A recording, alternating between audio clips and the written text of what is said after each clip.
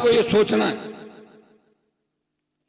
BJP की सूचियां भी आ गई, 2-3, शायद एक छोटी मोटी कटी छांटी कांग्रेस की सूची भी आई है कुछ लोगों को है।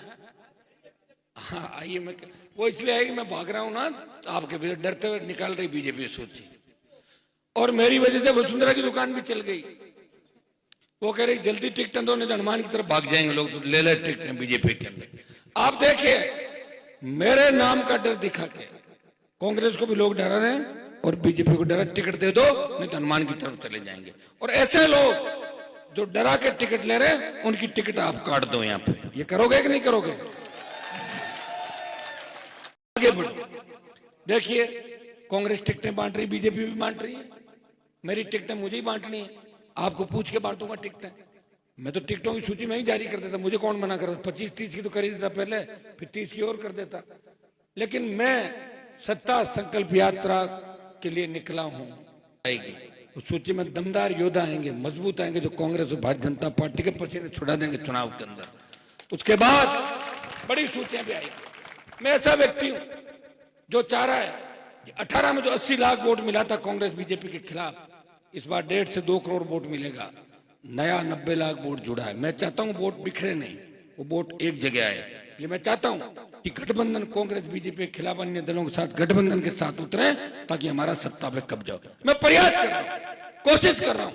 गठबंधन हो या नहीं हो मेरे हाथ में नहीं है, मेरी तरफ से तो गठबंधन रेडी है, लेकिन अगला करना चाहेगा गठबंधन भी हो जाएगा। और मैं चाहूंगा कि कांग्रेस बीजेपी के खिलाफ मजबूत तरीके से ताल ठोकी जाए चुनाव के अंदर और इन दोनों को सबक सिखाया जाए।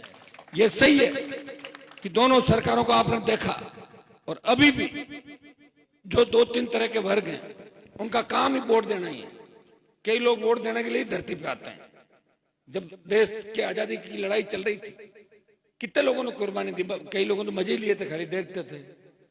लोग यहाँ हिंदुस्तान में एक बात कहते हैं, राजस्थान में भी, कि भगत सिंह होना चाहिए। बोला आपके घर में? बोले नहीं, पड़ोस के घर में। मेरा बेटा जिंदा रहना चाहिए, भगत सिंह दूसरी जगह हो जाए और राज में। ये सोच है लोगों की, सोच को बदलनी होगी भाइयों। हनुमान बेनीवाल अकेला कब तक लड़ेगा? मुझे सेकंड तैयार योद्धा चाहिए जिनके लिए मैं वोट मांग सकूं राजस्थान के अंदर। पहले के नेताओं ने अगर झंडा दिया होता तो आज मैं अकेला थोड़ी घूमता। मैं 20 साल पहले वो झंडा पकड़ लेता, सत्ता के अंदर आपकी एंट्री करा देता। झंडा भी नया है, चिन्ह तो पुराना आपका वापस बोतल ले आया था जो छीन के भागे कांग्रेस बीजेपी वाले। और डंडा, झंडे के साथ डंडा भी आपको दिया, रही। और हर जगह बात चली, दलित, शोषित, पीड़ित, मुस्लिम, ओबीसी, हर एक व्यक्ति ये बात करता है। ब्राह्मण, बनिया, राजपूत भी ये बात करता है कि हक की लड़ाई अगर कोई लड़ता है, अन्याय के खिलाफ जब सब दरवाजे बंद होते हैं तो हनुमान बेनीवाल और आरएलपी का दरवाजा खुला मिलता है, वहां से न्याय मिलता है।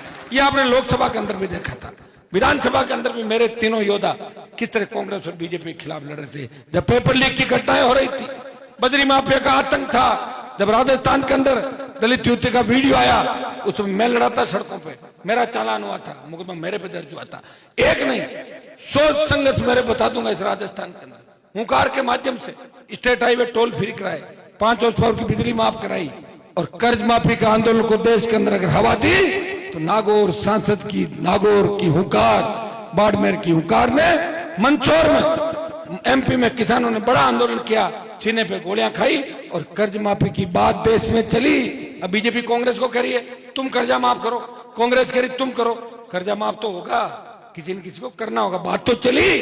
कर्ज माफी की बात अगर चलाई तो नागौर के सांसद और इन छोटे भाइयों के संघर्ष के परिणाम स्वरूप देश के अंदर किसानों के कर्ज माफी की बात चली थी। मैं आपको विश्वास दिलाता हूं इस बार आप एक ही नारा दें, जिस तरह अंग्रेजों को भारत छुड़वाने का नारा दिया था, अंग्रेजों भारत छोड़ो, जो आंदोलन था 1942 में चला, अंग्रेजों भारत छोड़ो, भारत हमारा, ये नारा आप राजस्थान के अंदर दो।